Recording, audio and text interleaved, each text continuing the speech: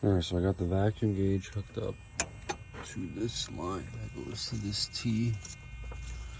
Goes back there. Right, and this is connected to this. So I'm testing this line. I go to pump it. It's only at about 5 right now and it's losing. I go to pump it.